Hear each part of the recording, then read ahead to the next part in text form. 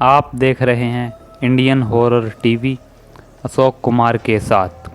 आज की कहानी 3 दोस्तों की है। राहुल, सुमित और वैभव ये तीनों कॉलेज फ्रेंड थे और एक बार वैभव के जन्मदिन पर ये तीनों ने कुछ प्लान किया। अपने ही पास वाले गांव, जिस गांव का नाम मेघ था, उसमें एक पुराना और खंडहर नुमा घर था जो कि काफ़ी सालों से बंद था और ये वहाँ अपने दोस्त वैभव का जन्मदिन मनाने के लिए जाते हैं और तभी उनके साथ कुछ ऐसा होता है जिससे उनकी रूह तक कांप जाती है। तो आइए वक्त ज़ाया न करते हुए ये कहानी शुरू करते हैं उन्हीं की ज़ुबानी। राहुल, वैभव और सुमित तीनों अपने कॉलेज के बाहर खड़े हुए थे।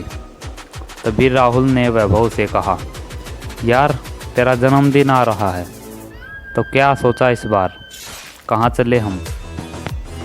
वैभव ने कहा, यार मुझे तो पता नहीं, अभी तक डिसाइड नहीं किया है मैंने। तभी सुमित ने कहा, चलो इस बार हम अपने गांव के पास वाले गांव मेघ पे चलते हैं। सुना है वहाँ एक खंडहर नुमा घर है जो कि 15-20 सालों से बंद है। तभी राहुल ने कहा, हाँ ठीक है, इस बार हम वही चलेंगे।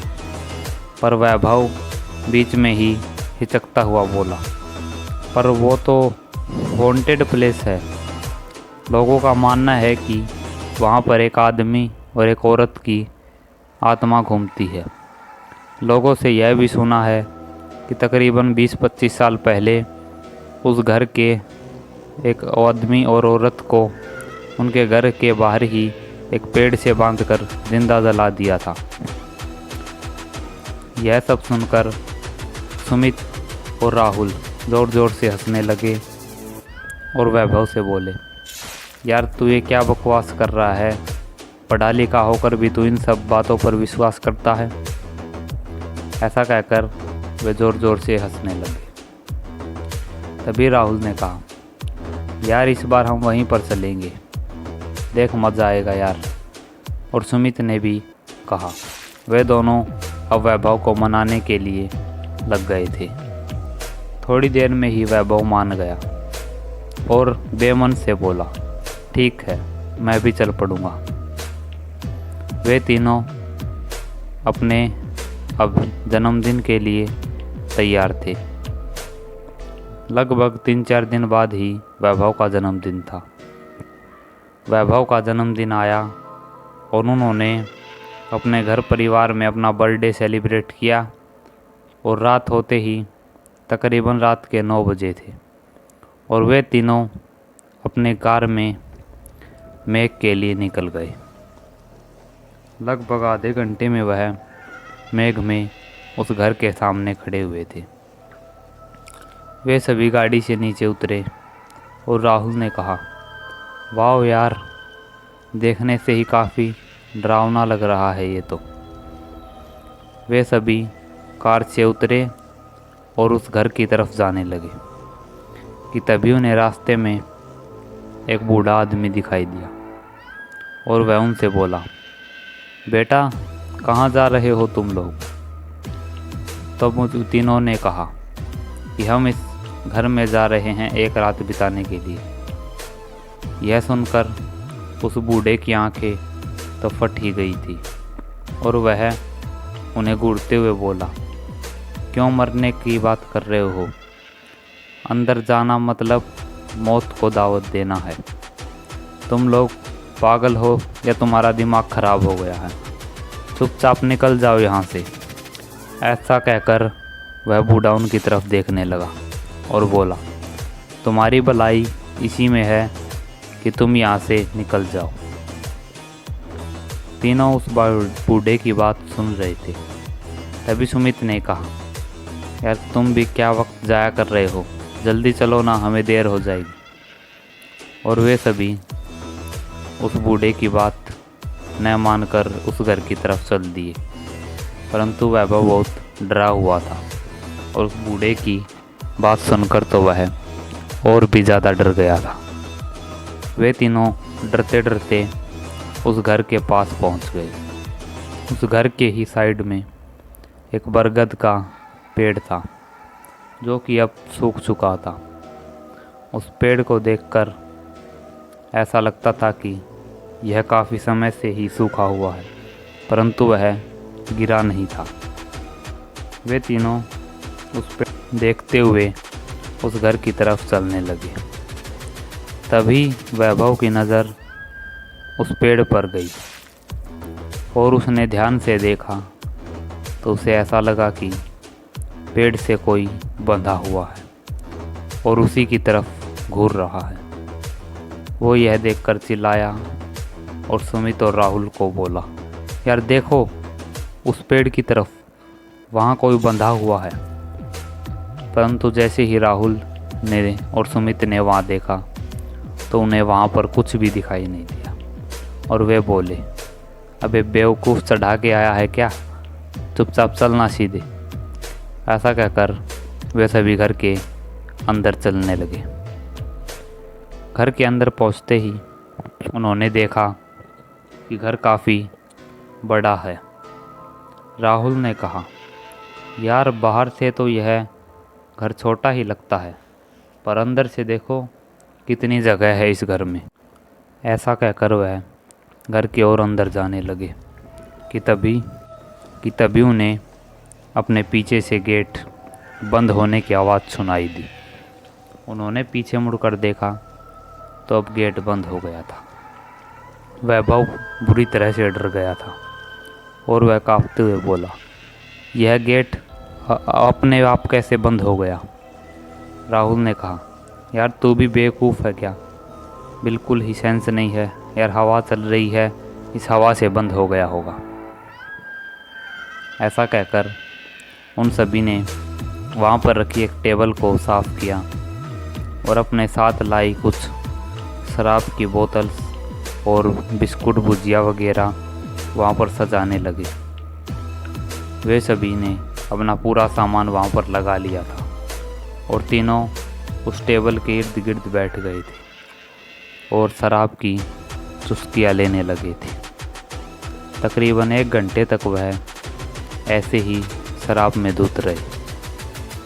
उन तीनों ने सारी शराब और खाने पीने का सामान ख़त्म कर दिया था। तकरीबन रात के 11 बज गए थे और अब वे तीनों बस बेहोशी की ही हालत में होने वाले थे। सभी लड़खड़ाते हुए यहाँ वहाँ चल रहे थे कि तभी राहुल ने कहा, यार आज तो कुछ ज़्यादा ही पी ली है हमने। ऐसा कहकर वह हंसने लगा और उसके साथ ही वैभव और सुमित भी हंसने लगे। वे तीनों बातें कर ही रहे थे कि उन्हें ऐसा लगा कि उनके आसपास कोई और भी है। अचानक वैभव को एक सफ़ेद साया उसके जस्ट पीछे से महसूस हुआ। उसने झट से पीछे देखा तो उसे थोड़ा बहुत दिखाई दिया और उसने उनसे कहा, यार शायद मेरे पीछे से कोई गया है। उसकी बात सुनकर वे दोनों भी हंसने लगे कि यार तू तो बिल्कुल ही ठप हो गया है, अब तुझे क्या दिखाई देने लगा इस सुनसान घर में।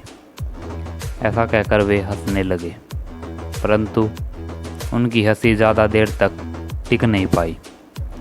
थोड़ी देर बाद उन्हें भी महसूस हुआ कि उनके आगे पीछे कोई चक्कर लगा रहा है। वे तीनों यह देखकर वो डर गए।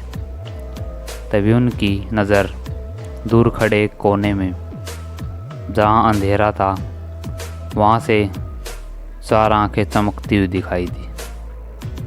वे दोनों साथ में खड़े हुए थे और उनकी आंखें चमक रही थी। अंधेरे में होने के कारण उन्हें कुछ दिखाई नहीं दे रहा था। उन्हें देखकर तो उनका सारा नशा ही उड़ गया था और तीनों के हाथ पैर कांपने लगे। तभी राहुल बोला, यार ये क्या है। ऐसा कहकर वह सुमित और वैभव की तरफ देखने लगा और वे तीनों एक दूसरे से चिपट गए और थर थर काँपने लगे। वे वहाँ से भागने की कोशिश करने लगे और दरवाजे की तरफ दौड़े। वे दरवाजे के पास पहुँचे और ज़ोर ज़ोर से दरवाज़ा पीटने लगे और खोलने की कोशिश करने लगे, मगर दरवाज़ा खुला नहीं। अचानक किसी ने राहुल को पीछे से पकड़ा और उसे हवा में लटका दिया। यह नज़ारा देखकर तो सुमित और वैभव के पसीने ही छूट गए। उनका रूह अंदर तक काँप गई थी और दिल दहल गया था। अचानक राहुल दूर सीढ़ियों में जाकर गिरा और उसके सर पर चोट लग गई थी। वे तीनों अब बहुत डर गए थे। सुमित और वैभव भागते हुए राहुल के पास आए और उसे उठाने लगे कि तभी ऐसा महसूस हुआ कि उस घर का तापमान कुछ ज़्यादा ही बढ़ गया।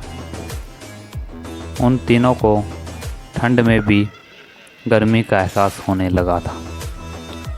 वहाँ पर इतनी अधिक गर्मी हो गई थी कि अब उन तीनों से सहन नहीं हो रही थी और वे तीनों अपने कपड़े उतारते हुए वो यहाँ वहाँ देखने लगे, पर अब उस कोने में कोई भी नहीं था जहाँ से थोड़ी देर पहले 4 आंखें चमक रही थी।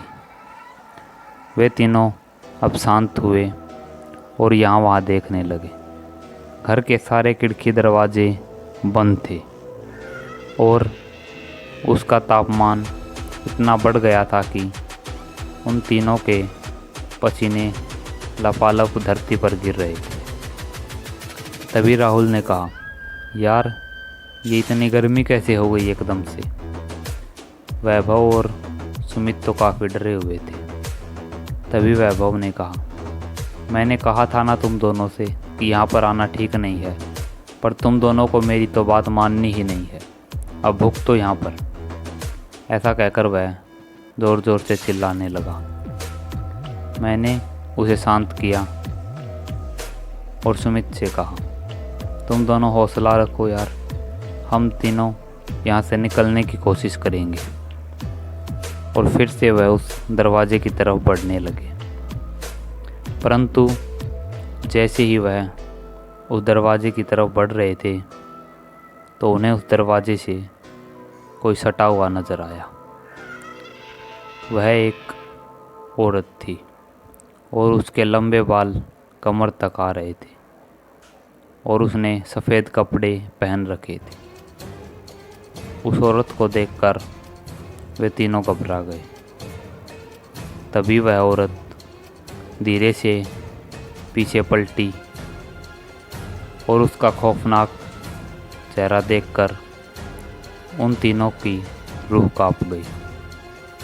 उस औरत का चेहरा पूरी तरह से जला हुआ था और उसके कपड़े उसकी स्किन से चिपके हुए थे और उसकी चमड़ी बाहर निकली हुई थी और जली हुई थी। उस औरत का यह रूप देखकर तो तीनों के बदन ठंडे ही हो गए थे। तीनों अपनी फटी फटी आंखों से लगातार उस औरत को ही देखे जा रहे थे।